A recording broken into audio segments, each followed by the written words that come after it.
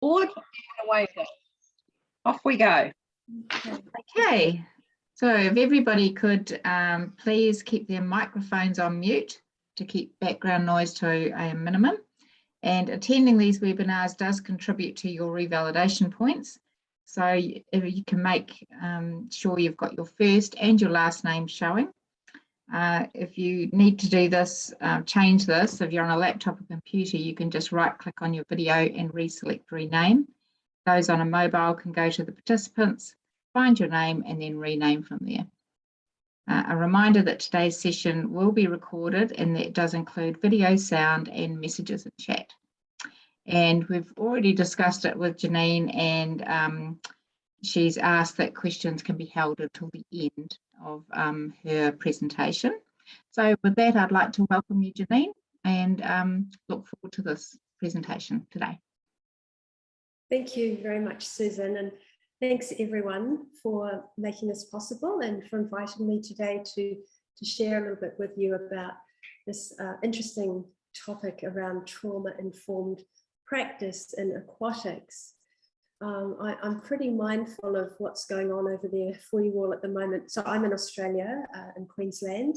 I am a Kiwi, as you can tell by my accent probably, and all my family's still there. So I'm pretty mindful, still there in New Zealand, I should say, of what you're all going through with COVID at the moment and all the fears around the spike that you're about to go through. And we've just been through it in Queensland where, you know, it just goes like a bomb's gone off almost in the community and everything doubles every 3 or 4 days and it's all just a bit much.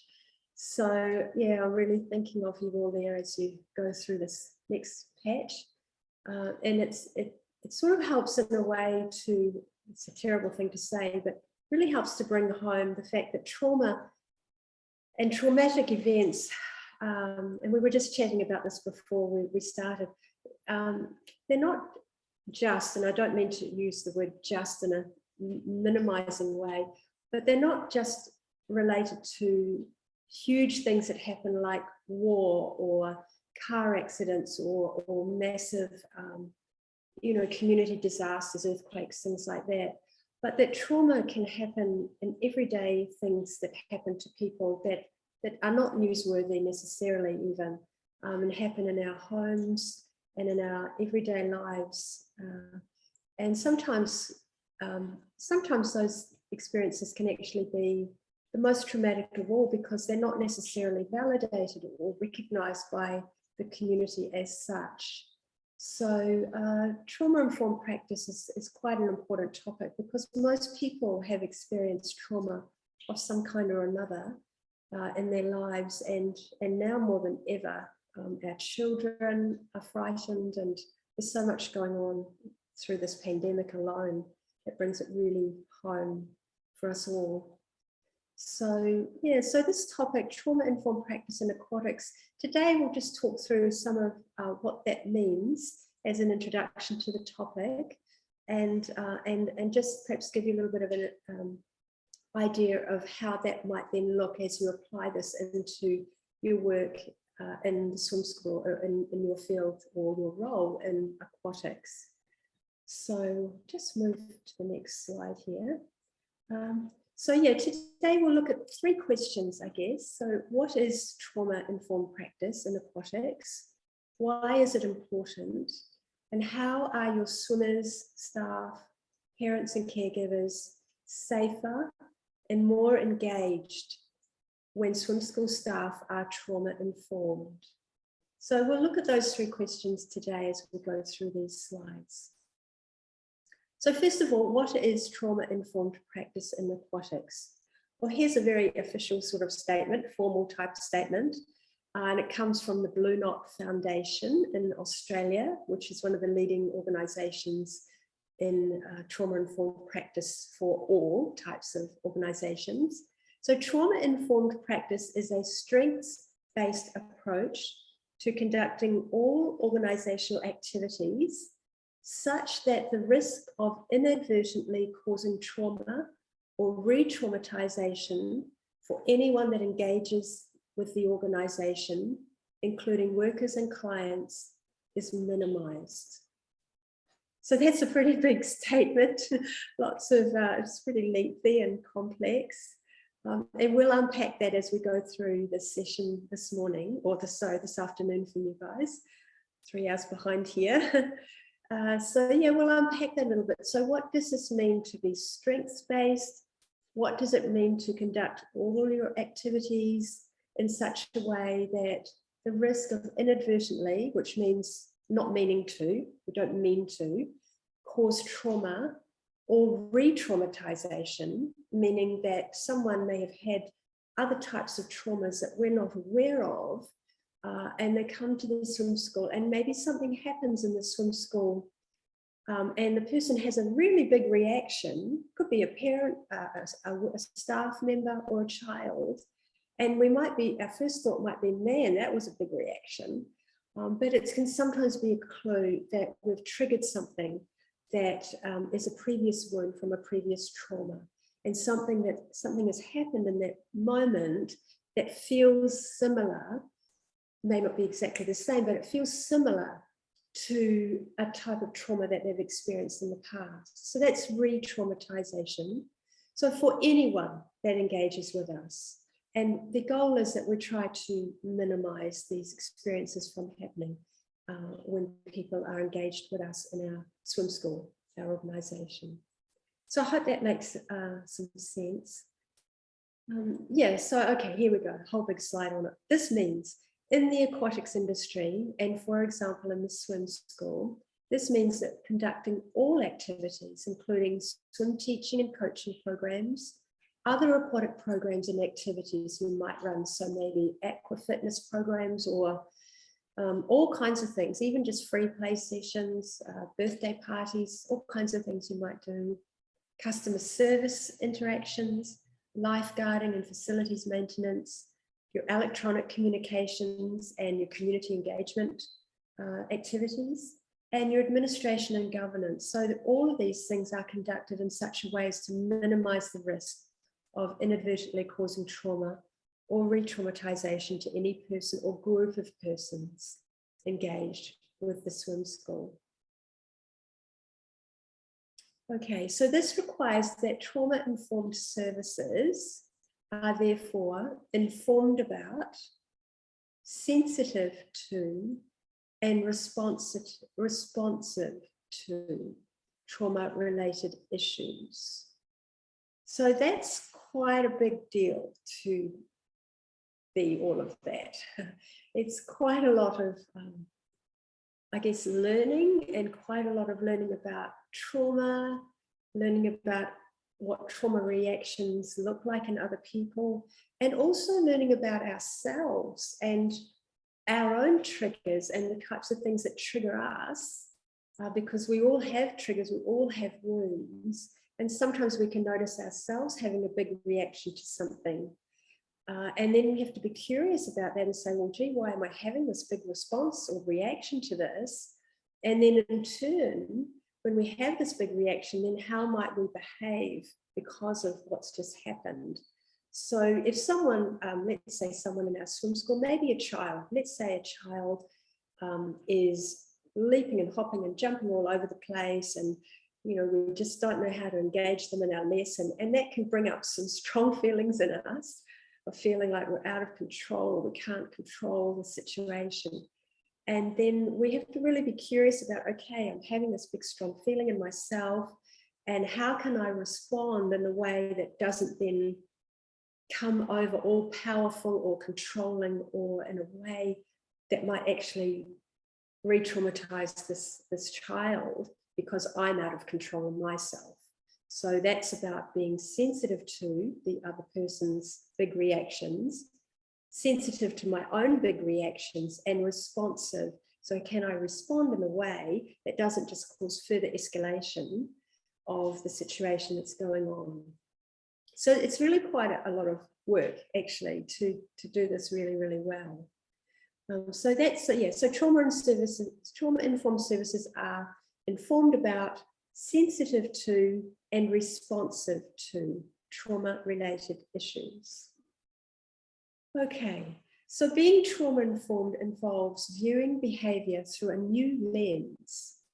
So that means instead of, when we see someone behaving in a way that we maybe think, oh, you know, we've got that rolling our eyes kind of feeling, and we sometimes might have some judgmental statements or criticisms going on inside ourselves, and we might be thinking, what's wrong with you? What is wrong with you? Has anyone ever thought that before about someone? Maybe even yourself. Instead of having that kind of inquiry, we shift it to say, what has happened to you previously, or what has happened to you now? Because that shifts it from there being something wrong with the person to helping us to realize, well, actually something's probably happened here. It's causing this person to have this big reaction or this behavior. And so it takes away the shame and the blame and the judgment and the criticism, and shifts our focus to being more curious and empathic. And how can we then, so statements like he's been or she's just being difficult or stubborn or strong-willed or naughty might be our next judgment. Instead, we frame that as saying he's feeling unsafe.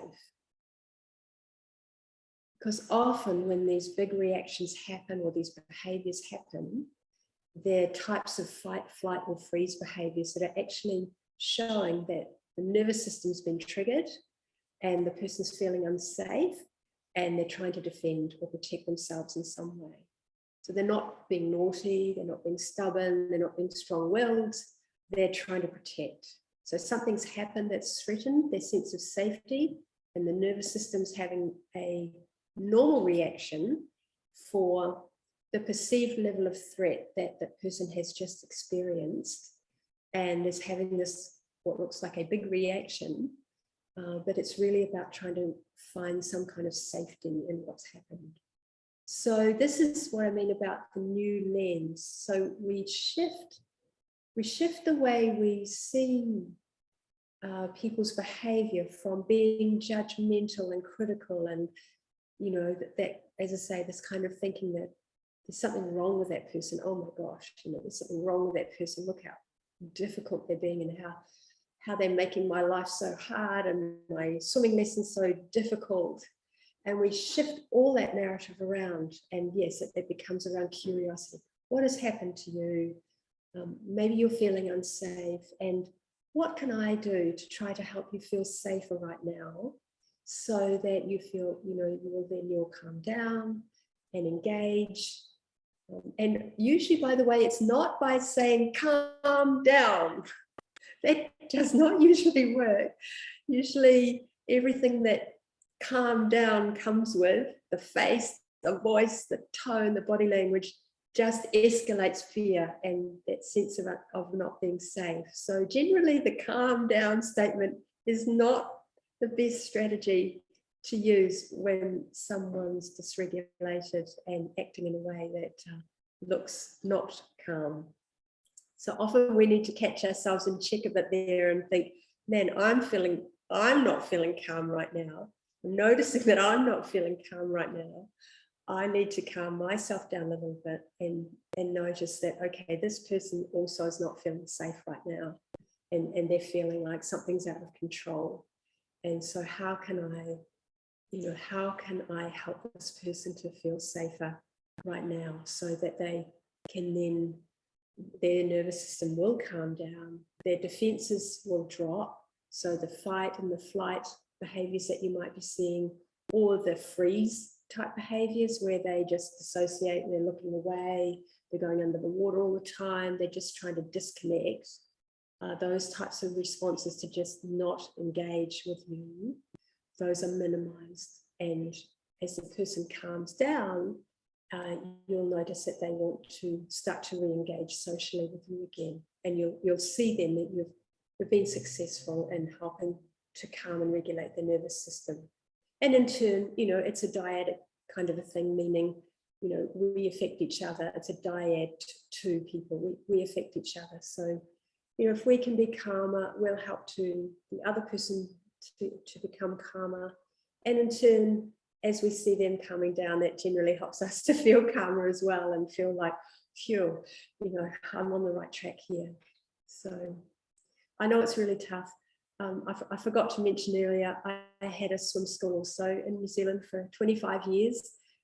So I do know what it's like to be a swim teacher and run a swim school and have staff and lots of families and so on. So, and I've raised children as well. So I really get this stuff from the inside out, and it's not easy at all. It's not easy. So you're remarkable, all of you doing this work. It's remarkable, and yeah, really hold you in the highest admiration for what you're all doing out there. Okay, so let's move on. So maybe this may be a moment to just reflect for a moment. Can you think of a situation that you might be dealing with right now, professionally in your workspace, your swimming work, or if you can't think of anything right now, maybe even something in your personal life. And then it's not for sharing, it's just keep private, unless you want to talk about it with your colleague, that's fine, of course. But can you think of a situation where if you reframed and you viewed through this new lens, the situation, might it change the way you might then think about and be curious about what's going on, and therefore how you might respond? So the words here, can you think of a situation where viewing through a trauma-informed lens might be helpful? So yeah, just have a little think about that for a moment. You may even make a little note of it if it's something you'd like to come back to. Yeah, just to have a think about, is there something going on right now where you could change that lens from the thoughts of what was wrong with you, you being so difficult, to thinking like, what has happened to you? And maybe you're feeling unsafe. And what could I maybe do to help you feel safer in this situation? Okay. So, okay, let's have a look at question number 2 for today. Why is all this important? Well, as swimming instructors and swimming people, in our roles, the first thing is we have a duty of care. First, do no harm. Now, of course, none of us intend to do harm, and that's why the word inadvertently is so important in that first phrase, because we don't mean to harm, but sometimes we don't realize that we have caused harm, and we may not be fully informed, or we just don't have the awareness, or we don't have that new lens through which to look. So we don't mean to do it, and that's why it's really important for us to learn about these things, and so that we don't inadvertently, accidentally do harm to people without realizing it, or even harm to ourselves, to be quite honest. Also, trauma-informed practice is applicable to all human and health service providers. So you may have actually you may have come across this terminology before in some of the healthcare providers in New Zealand or around the world, or even in education. Like, I know it's a big thing here in Australia now, is to provide trauma-informed education in the schooling. And maybe that's something you've come across already. And it's just as important, in fact, could almost say more important in aquatics, because we're dealing with water. And, water represents, we foster a love of water, but, breathing is primal. We need to breathe, and the water presents a threat to breathing, which is a threat to life, basically. So, especially for our beginners, the threat to life is pretty significant, the threat of drowning or suffocation, which is, as I say, what the water can present. So fear, the nervous system can be pretty activated in a lot of people. So it's really important for us to understand about the nervous system and the role that plays. And yeah, really important for us to understand that, so that we don't accidentally or inadvertently cause harm. And also, as mentioned previously, many people have past traumas of all kinds that we can't even know about and maybe shouldn't know about. It's not our place to know about. It's not even our place to ask those sorts of questions, because, you know, even just to ask those questions can be harmful for people that have to retell their stories. Aquatic stories are probably helpful to know if someone's had an aquatic incident, but to probe people even beyond what they're comfortable sharing can cause harm as well. So we need to be so careful, but just it can be enough to just know that it's likely that most people, and yourselves included, have had bad stuff happen to you in the past, and maybe have bad stuff happen to you right now that you know that you're trying to manage and deal with, and so something might happen in your everyday life that just, you know, causes a trigger and a flare up of that. So it's really important for us to be mindful of these things. There's a giant study conducted in the late 90s called the ACE, or Adverse Childhood Experiences Study. And I'm not sure if you've come across it before. It was in Southern California, USA, and that tens of thousands of participants, mainly the way they describe it is mainly people of a privileged background, so predominantly white, ethnicity background, college educated, employed people in the, you know, more affluent areas of Southern California, Los Angeles, you know, Orange County areas. And before they did the study, I think naively many people, including researchers, thought that trauma just belonged to people who were living in poverty situations, or, you know, situations, or people mainly of color. This is what the researchers would report. People living in high violence neighborhoods, those parts of the USA and so on. And what they found was that actually people who lived, you know, who had these other characteristics that we're talking about now, also experienced high levels of trauma. 67% of these tens of thousands of people that they studied over many years had at least one adverse childhood experience. That's what that ACE stands for, adverse childhood experience. And if someone had more than 3 adverse childhood experiences, so describe the adverse childhood experiences, if you look up the research, and I've got a reference, I think, at the end of the slide on this, it's things like divorce, neglect, physical abuse, emotional abuse, sexual abuse. There were 10 categories they had, and I'm sorry I can't remember them all. But if someone had more than 3 of these adverse childhood experiences in their 0 to 18 lifespan, 14 times more the number of suicide attempts, 11 times more intravenous drug use, 4 times the rate of depression, 3 times the rate of smoking and lung disease.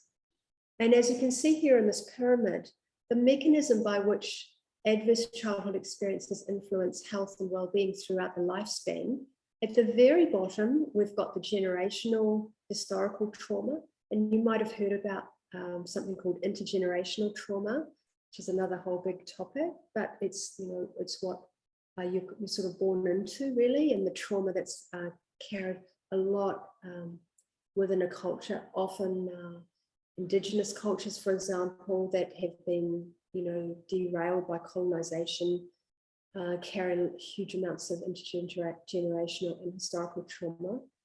Then you've got the social conditions in the local context.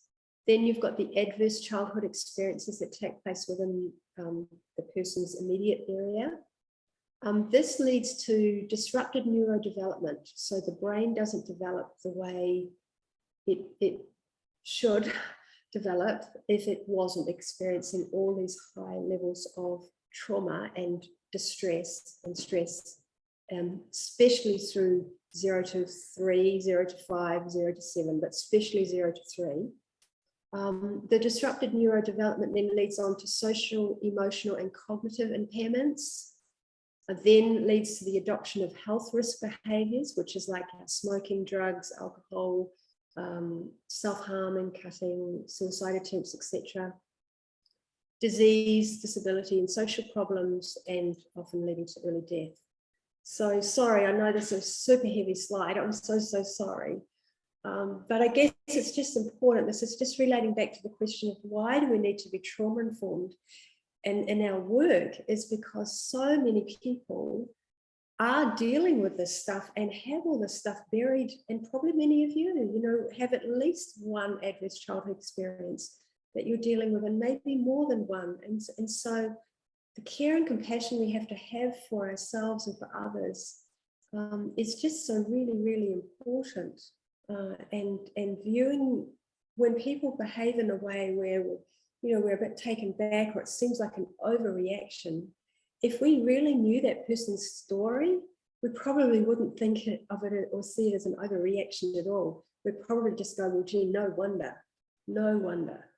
given all that. So this is why it's really, really so important. And of course, as I touched on at the start, we're all living with this right now. And in the guidelines from the Blue Knot Foundation, they state guidelines for trauma-informed service delivery are now needed for organisations to which they were not previously seen to apply. Trauma-informed practice is urgently needed for all areas of service provision in the new age of the coronavirus pandemic. Yeah, so if we were ever in a little bit of doubt of, well, gee, does aquatics fit into this? Which it does anyway. I think more than ever before, we know that we need to do this. And you guys are, like I say, you're about to go through what Queensland's just been through in the last 2 months, where, your numbers are doubling probably every 3 to 4 days, and probably within a week or so, you're going to be up in the 10,000s, which is what happened in Queensland. It just went so fast, and nobody can get tests, and all their results are delayed, and they can't get food because there's no supplies. Sorry, God, I'm sounding so miserable. I'm just trying to be realistic, okay, because I guess it's just the reality to be prepared for, that some people are going to be really affected by this, that come to your swim school and on your staff. And it's just so important to be mindful of this, even if you're not as impacted, or you manage to stay protected from this in some way. Some other people might not be, and they might be really suffering through all this. So it's just so important to be mindful of this. So hard talking to a computer screen, isn't it? In this age of computers and not sitting in real audiences where you can see, making sure that I'm not traumatizing my viewers. So I really, really hope you guys are okay and I'm not overwhelming you. And if for any reason you're feeling overwhelmed, just turn this thing off and watch the recording or something, because I really hope I'm not overwhelming you all. Oh gosh, okay. So I'm going to skip through this pretty fast because it might be a bit much. One of the big things that helps, or that makes the difference between whether people experience trauma out of a bad situation or not, is whether or not they have any sense of agency in it. So in other words, do I have any power in this situation? Or am I trapped? Is everything imposed upon me? And that's why COVID's been so dysregulating for so many people, because of the feeling of having powers taken away and rights and freedoms. And so many people who've had those kinds of past traumas will be having big reactions to that right now, which is what you're seeing in your protests and things like that, like Parliament at the moment. And we had the same thing here in Australia. And possibly these are people who've had past traumas where they've had other situations in their life where their power was stripped away from them, and they're really fighting to have a voice and some power in this. And one of the very interesting, in the US, two massive situations that happened there, and around the amount of trauma that came out. So one of them was this Hurricane Katrina, and this is a photo of people that got trapped in the stadium and they couldn't go home. And they got trapped for days or even weeks, many of these people. And the community response to this was all around victimhood and sort of shaming and blaming. And the proportion in this experience, in the Hurricane Katrina, the number of people that came out of this with PTSD was pretty high. It was like in the 30 to 40% mark of these people who got trapped. And I mean, look at these soldiers sitting here with guns, you know, and these are the victims of the hurricane that couldn't go home. Their homes had been destroyed. And if you compare that to, I'm going to show a slide now of the 9/11 in New York. So if you don't want to see it, I just wanted to warn you to just look away for a moment, because yeah, it might be upsetting. But in this, the difference between this Hurricane Katrina and 9/11, after 9/11, they found that 5% of people went on to develop PTSD, post-traumatic stress disorder. And even though it was another major disaster affecting a similar number of people, and what they looked at in the research and the question was, well, why? Why were so many more people, why did so many more people go on to develop PTSD after Hurricane Katrina versus 9/11? And what they found was the difference was, one, being able to escape it and run away and flee, and two, being able to go home to a family that validated your concerns, a family or a community, and in this case, a world community that said, that was terrible. How are you? I'm so sorry this happened to you. And so with 9/11, we had this huge community outpouring of love and support and validation. Whereas with Hurricane Katrina, many of these people somehow got stuck in being shamed and blamed, and they didn't have a home to go home to. So they were trapped with these men with guns controlling over them. So I'm changing the slide now, sorry. Here's the slide change. So here, these people had some power. They could run away. They were able to run. Most of the people were able to run away. And that's the difference. So their flight response of the nervous system, which says run, danger, was not inhibited. They weren't restrained and trapped into having to dissociate and become helpless and develop that learned helplessness because they were restrained and unable to flee. So yeah, so if you bring all that back down to your own life and to kids even in the swim school that are leaping and hopping and jumping around, we think about the harm done when we restrain children that are in a fight or flight response and what might happen there. So, you know, really important, just before I talk to this slide, but yeah, it's really important to think about those lessons they learned from the way that people were able to, the power that people might have had in a traumatic or a situation where they felt unsafe, and their fight and flight is triggered, which, you know, fight is all this wrestling and struggling and maybe shouting back at you, or, you know, the protesters that you've got, they're all in fight mode at the moment, or the flight, the flee, trying to run away, escape. If we inhibit those and try to crush and stop those, this is when we have the high potential of the person going on to develop traumatic responses like PTSD and so on. I hope that makes sense. And like I say, we can have some questions afterwards. So that brings us to number 3. So how are your swimmers, staff, parents and caregivers safer and more engaged when swim school staff are trauma informed? Okay, well, you probably can even begin to answer this already for yourselves now. So even just to think a little bit about the things we've just talked about already, if you're more educated around what trauma looks like and what trauma responses look like and how we can respond in ways that don't escalate the feelings of not being safe and escalate the traumatic stress response, then we're better positioned to help our people around us feel safer. And when they feel safer, the nervous system comes down, down, down until it's in what's called the window of tolerance, where they can socially and engage. So the front part of the brain, the human part of the brain, comes back online. Because when fight, flight, and freeze are triggered, that's the older parts of our brain, that's our dinosaur brain that gets triggered, our reptilian survival brain. That takes over. When that takes over, when fight, flight, and freeze are on, our human brain, which is where our social engagement and learning comes from, goes offline.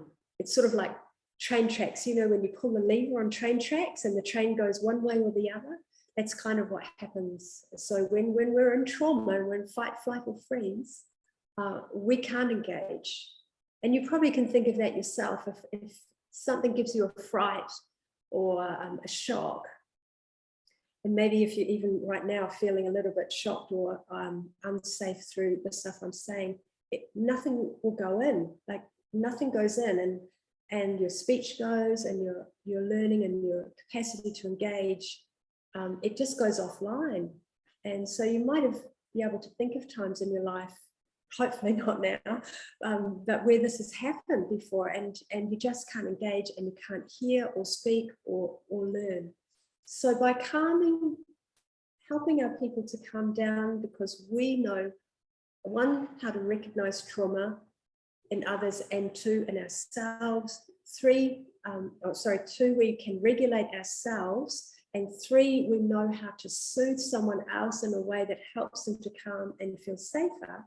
Then we can come back to the engagement again, and that's where the learning can take place. So that's how all that works.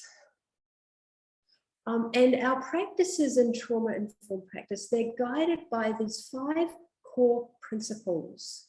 So trauma-informed practice it's from the whole of our organisation, as I mentioned earlier, strengths-based framework for human service delivery based on 5 core principles, being safety, physical, emotional, particularly important, and psychological.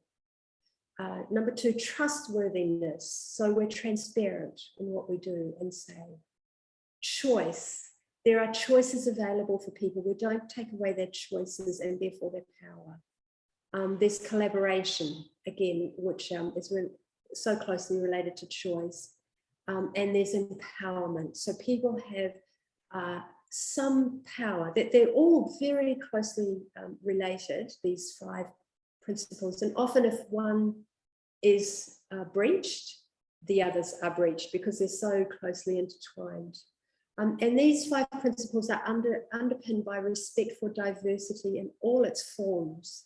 So that means age, whether there are special learning or physical needs, all kinds of different ways that you can look at diversity. Often people do things to infants in swimming lessons because they can, frankly, because we're bigger than them, the babies are non-verbal, and we think we can do a whole lot of things and use a whole lot of methods with babies that we would never use with an adult, or even with, say, an 8-year-old, or maybe even a 6-year-old. But for some reason, we might. Sorry, I'm not saying you do, but I guess I'm just saying sometimes in aquatics, people can tend to think, well, I can just put this infant under the water because, I can. But we would never do that with an adult learner. So, we really have to think about, well, how do we treat infants perhaps differently? And do we still operate by these core principles? Safer and more engaged by having a thorough understanding of these principles, along with how they apply in the aquatic context, and the personal willingness and capacity to implement them, leads to a safer and more productive environment for all.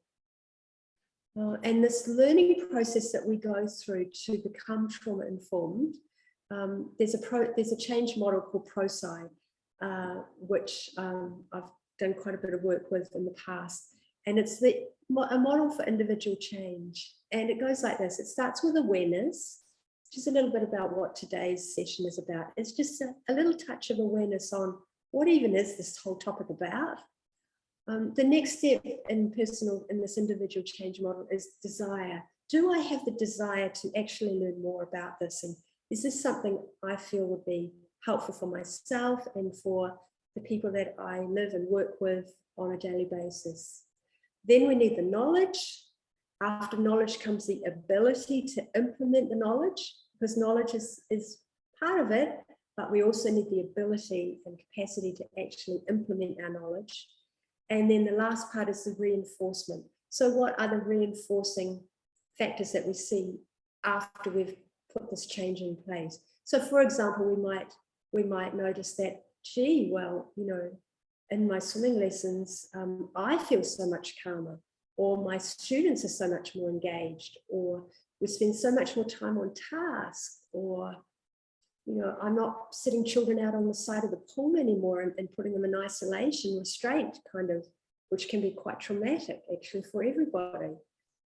So those are the sorts of things you might see where you get some reinforcement back that, gee, I'm on the right track here, and this making these changes has been worthwhile.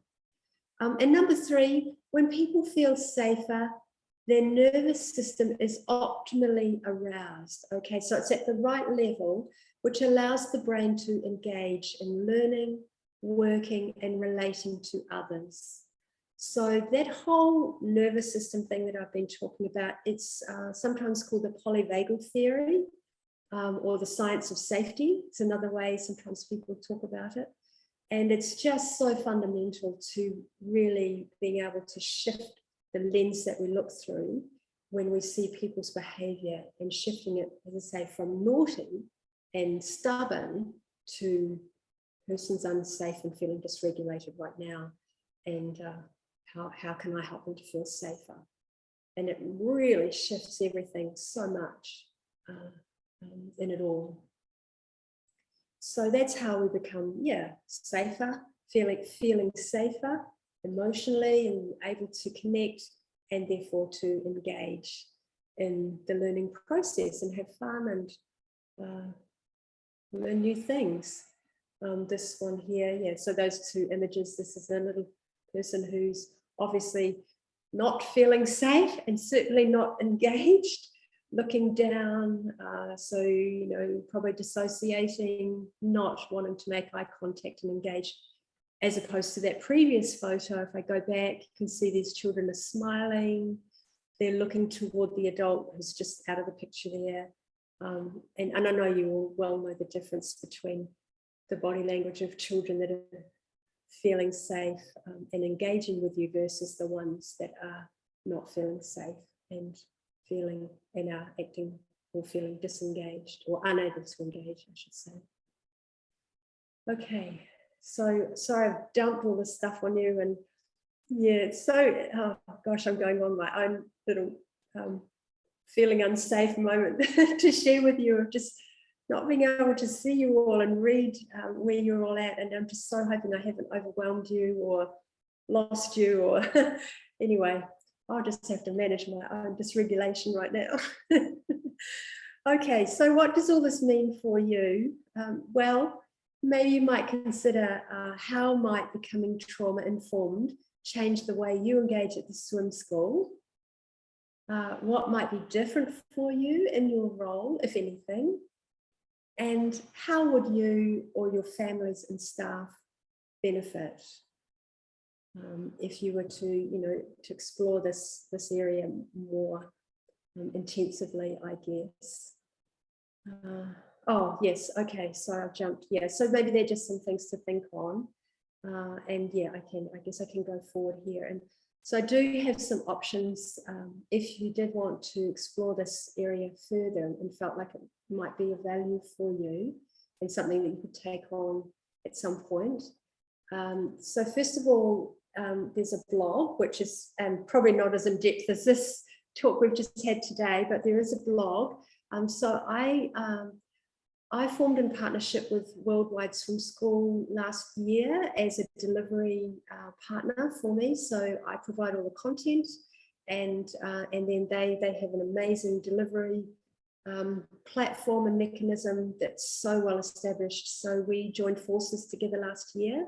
So although I have my own website as well, in terms of a lot of the things that we're producing together just link straight through to their website. So just to let you know that. So there's a blog on their website. If it's not there right now, it'll be going up in the next few days on trauma-informed practice. There's a free PDF of a presentation or webinar that I did with Laurie last year, Laurie Lawrence, which I think just for Susan and the others of you there, the administration team there, that is going to be made available for SCAT members. So I don't think they've quite put it together yet, but it's going to be made available, and it just gives a PDF version of the webinar that that Laurie and I did last year on this. Then there's the actual webinar we did, which shows, we did about 7 examples. So there's all the talking, banter back and forth, but it also shows video examples where we take those 5 or those core principles, you know, of the safety, the choice, trustworthiness, collaboration, etc., respect, and we analyze a number of swim videos from his platform and some of mine, and we just look and we say, well, what do we see here? Like, are we seeing these core principles being applied? The fourth one here, module 1. So we're putting together a professional development series for people that might want to become what's called a trauma-informed aquatics professional. It's probably going to have 15 modules in it, so equal to 2 days worth of training in total, about 15 hours worth. And module 1 will probably be releasing in the next couple of weeks, and that is again through their platform. So if that's something, we can share the links with SCAT, and you guys can decide what to do with that if you want. And then finally, I've just got my email address there to me if you wanted to ask me anything personally. Yeah, so that's just some various options at different levels, depending on how much you might want to engage with all this. And there are the references. Oh, yes, I did have the ACE study there, that's good, number 2. And finally, thank you. Thank you very, very much for attending today, and those of you, Susan, for inviting me, and all the organisers that have helped make this possible. I wondered now if we've got time, would it be a good time to have some questions? If there are any questions from anybody? Kay, have you got one? You're on mute, Kay. No, I'm eating my lunch. Janine, as always, that was an awesome presentation, and just flows on from all the stuff that we've done with you in the past. I just loved it. I've just written down a few things, and I'll go and investigate further. It was great. Thank you. Oh, thank you so much, Kay. It's always been a pleasure to work with you as well, and you've implemented all this amazingly already. Yeah, that's awesome. Thank you. It was a great presentation, Janine, but it really only scratched the surface. And I can see that it's a major topic, and one that hopefully swim schools will take on board. I can just see so many children in my head right now that this has happened to, you know, that I've seen, and I'm sure you've seen as well, you know, whether in your own swim school or elsewhere, and you can just it's amazing when you think back, isn't it? How often this happens, you know. So, and also giving the instructors the skills to look and not think what's wrong with that child, but what's happened to that child, and it changes the whole focus of how they teach the lesson, and how they engage with the child, and you know, it just makes my hair stand off the back of my neck. It really does. It's great stuff. It's really good stuff. So thank you so much, Janine, for presenting today. And I suppose we can stop the recording now, can we, Henrietta? Or